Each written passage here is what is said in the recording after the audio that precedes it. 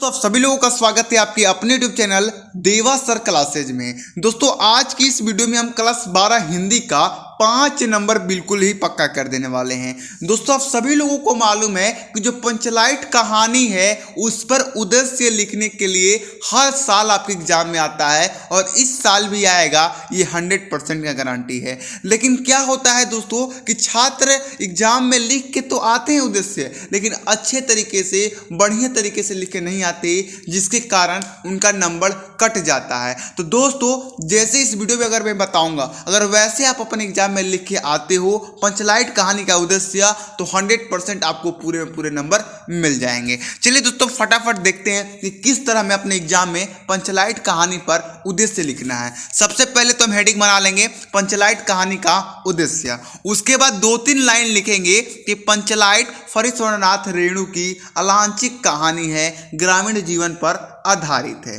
क्या लिखेंगे कि पंचलाइट फरीश्वरनाथ रेणु की आंचलिक कहानी है और ये ग्रामीण जीवन पर आधारित है।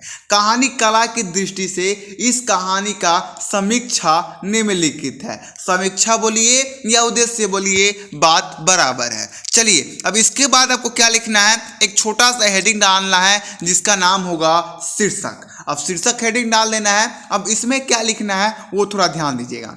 कहानी का शीर्षक पंचलाइट एक सार्थक और कलात्मक शीर्षक है। यह शीर्षक संक्षिप्त और उत्सुकता पूर्वक है। शीर्षक को पढ़कर ही पाठक कहानी को पढ़ने के लिए उत्सुक हो जाता है। पंचलाइट का अर्थ है पेट्रोमैक्स अर्थात गैस की लालटेन। शीर्षक ही कथा का केंद्र बिंदु है।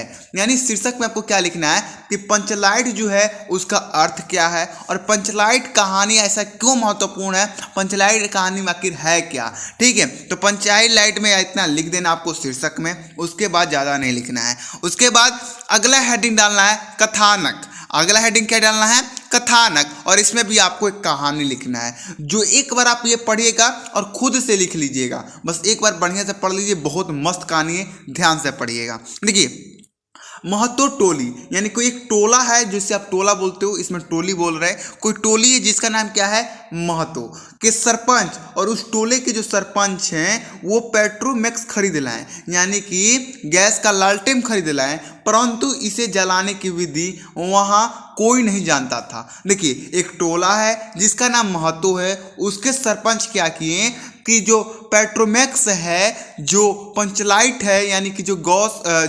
गैस का जो लालटेन है उसे खरीद ले आए, लेकिन उस टोला में यानी कि महतो टोला में इसे जलाने की विधि कोई नहीं जानता था। ठीक है, दूसरे टोले के वाले इस बात का मजाक बनाते थे। अब दूसरे टोले वाले जान गए कि उनके पास तो पंचलाइट है, उनके पास तो गैस का लालटेन है, लेकिन उन्हें जलाना नहीं आता है। तो दूसरे टोले वाले क्या करने लगे, महतो टोले की मजाक उड़ाने लगे। ठीक है, महतो टोले का एक व्यक्ति पंचलाइट जलाना जानता है, यानी कि एक महतो टोला का एक व्यक्ति है जिसे पंचलाइट जलाना आता है, वह उसका नाम क्या है, गोधन है। वह कौन है, गोधन है। देखिए अब गोधन जो है, देखिए उसके आगे देखिए, किंतु वह बिरादरी से बहिष्कृत है, यानी कि वह बिरादरी से निकाल दिया गया है। क्यों निकाल दिया गया है, क्योंकि वह मुनरी नामक लड़की का प्रेमी है। उसकी ओर प्रेम की दृष्टि रखने और सिनेमा का गीत गाने के कारण ही पंच ने उसे बिरादरी से बहिष्कृत कर दिया है। यानी कि जो गोधन है जिसे पंचलाइट जलाने आता है उसे बिरादरी से बहिष्कृत कर दिया गया है, बिरादरी से उसे निकाल दिया गया है, क्योंकि वो मुनरी नामक लड़की से प्रेम करता है, प्यार करता है, और उसको जब भी देखता है ना तो प्रेम की दृष्टि से देखता है, और उसको देखते ही सिनेमा का गाना गाता है। और यही बात जो सरपंच है, जो उस टोला के जो पंच हैं, उनको अच्छी बात नहीं लगी और वो बिरादरी से इसे क्या कर दिए, बहिष्कृत कर दिए। ठीक है, मुनरी जो लड़की थी वो बोली, वो मुनरी इस बात की चर्चा करती है कि गोधन पंचलाइट जलाना जानता है। मुनरी बोली कि जो गोधन है वो पंचलाइट जलाना जानता है। इस समय जाति के प्रतिष्ठा का प्रश्न है। अतः गोधन को पंचायत में बुलाया जाता है। वह पंचलाइट को स्पिरिट के अभाव में गरी के तेल से ही जला देता है। यानी कि आप गोधन को पंचायत में बुलाया जाता है और वो पंचलाइट को क्या करता है, जला देता है। अब ना केवल गोधन पर लगे सारे प्रतिबंध हट जाते हैं वरन उसे मनोनुकूल आचरण की भी छूट मिल जाती है। पंचलाइट की रोशनी में गांव में उत्सव मनाया जाता है। यानी कि इस कहानी में क्या क्या पढ़ा हमने, ध्यान दीजिएगा। एक टोला है और उसके जो सरपंच हैं वो जाके पंचलाइट खरीद के ले आए और उस टोले में कोई भी व्यक्ति पंचलाइट को जलाने की विधि नहीं जानता था और इसी कारण दूसरे टोला उस टोला का मजाक उड़ाया करते थे। लेकिन उस टोला में एक व्यक्ति था जिसे पंचलाइट जलाने आता था, जिसका नाम गोधन था। लेकिन गोधन जो था वो बिरादरी से बहिष्कृत था, बिरादरी से निकाल दिया गया था क्योंकि वह प्रेमी था। एक लड़की के क्या था, वो प्रेमी था और उस लड़की को जब भी देखता था तो उसे प्रेम की भावना से देखता था और उसे जो सिनेमा के गाने होते हैं उसे गुनगुनाता था या सुनाता था, ठीक है।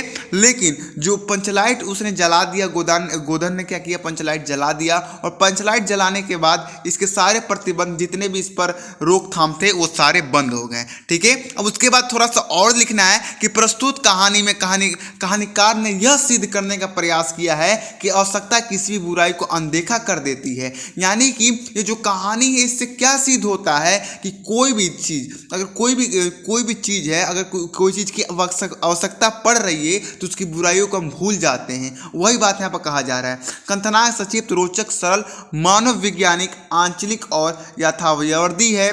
कौतूहल और गीताशीलता के अलावा इसमें मुनरी तथा गोधन का प्रेम प्रसंग बड़े स्वाभाविक ढंग से प्रस्तुत किया गया है, ठीक है। बस इतना आपको लिख देना है मेरे भाई। आगे बस एक छोटा सा हेडिंग डालना है, पात्र तथा चरित्र चित्रण। यानी कि जो ये कहानी है इसका चरित्र चित्रण बताना है, आखिर इसमें सब सही है कि नहीं ये बताना है, चरित्र का चित्रण करना है। ध्यान दीजिएगा इसमें क्या लिखिएगा आप लोग कि रेणु जी ने इस कहानी में सामान्य ग्रामीण वातावरण के सीधे साधे लोगों को पात्रों के रूप में चुना है। कहानी के पात्र वर्गरत हैं। कहानीकार ने स्वयं ग्रामीण यथार्थ को भोगा है। इस कारण पात्र और चरित्र चित्रण स्वाभाविक तथा सजीव है। कहानी के पात्र दो वर्ग के हैं। एक वर्ग में रूढ़िवाद, जातिवाद तथा स्त्रों आदि दोष व्यक्त है तो दूसरे वर्ग में गोधन और मुनरी है। ये जाति पाति या राग देश के चक्कर में नहीं पड़ते। गोधन निडर है, वह गाने गाकर तथा आंख मटका कर अपने प्रेम को प्रदर्शित करता है। परंतु मुनरी भोली भाली लज्जाशील ग्रामीण बालिका है। लेखक ने पात्रों का चयन बड़ी चतुराई से किया है। इस कहानी के सभी पात्र सजीव प्रतीत होते हैं। कहानी में ग्रामवासियों की मनोवृत्ति का परिचय बड़े जीवंत और यथार्थ रूप में प्रस्तुत किया गया है। ग्रामीण समूह के चरित्र को उभारने में लेखक का विशेष सहायता मिली है। बस इतना आपको लिख देना है। अब इसे तैयार कैसे करना हो थोड़ा ध्यान दीजिएगा। इसे एक बार पढ़ लीजिएगा और स्वयं लिखने की कोशिश कीजिएगा। आराम से आप लिख लीजिएगा। जिस तरह आप जीवन परिचय क्या करते हैं, जीवन परिचय 2 से 3 दिन तक पढ़ते हैं उसको और चौथा दिन से अपना लिखने की प्रैक्टिस करते हैं, उसी तरह इसको भी करना है, ठीक है। देखिए ये भी आपका 5 नंबर का बात है। जिस तरह जीवन परिचय 5 नंबर का बात है उस तरह ये भी 5 नंबर का बात है। तो इस पर ध्यान दीजिएगा। ये नहीं कि इसे छोड़ना है, नहीं इसे छोड़ना नहीं, ये तो फिक्स है, आएगा तो आएगा, तो इसे हम क्यों छोड़ें। अब लास्ट जो हेडिंग बनाना है वो बनाना है उद्देश्य, मेन हेडिंग है ये, ठीक है। अब इसमें क्या लिखना है कि इस कहानी के द्वारा रेणु जी ने अप्रत्यक्ष रूप से ग्राम सुधार की कोशिश की है। गोधन के द्वारा पेट्रोमैक्स यानी कि पंचलाइट जलाने पर उसकी सभी गलतियां माफ कर दी जाती है, जिससे स्पष्ट है कि आवश्यकता बड़े से बड़े रूढ़िगत संस्कार और परंपरा को व्यर्थ साबित कर देती है।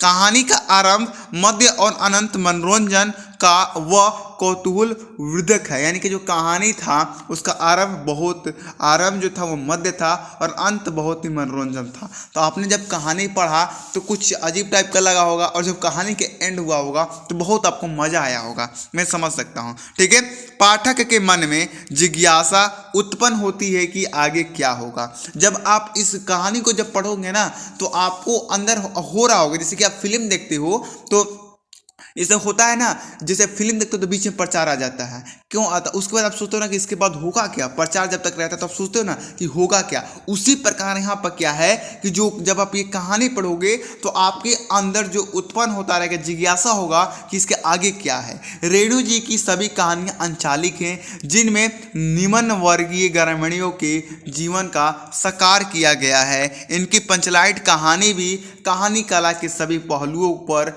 खड़ी उतरती है। तो दोस्तों बस इतना आपको यहाँ पर कर देना है, इतना आपको बस लिख देना है, उसके बाद आपका 5 नंबर 100% आपका है। ठीक है, अब इसे तैयार करने के लिए बस आपको 1 से 2 बार पढ़ना पड़ेगा, उसके बाद आपको आराम से 1 से 2 बार लिखना पड़ेगा, प्रैक्टिस करना पड़ेगा, उसके बाद आपका काम बन जाएगा। अगर दोस्तों ये मॉडल पेपर आपको चाहिए, ये PDF अगर आपको चाहिए तो आप लोग हमारे व्हाट्सएप ग्रुप पर ज्वाइन हो जाइए, वहाँ पे इस PDF को मैं सेंड कर दूंगा। चलिए दोस्तों, हम मिलते हैं अगली वीडियो में। जय हिंद, जय भारत।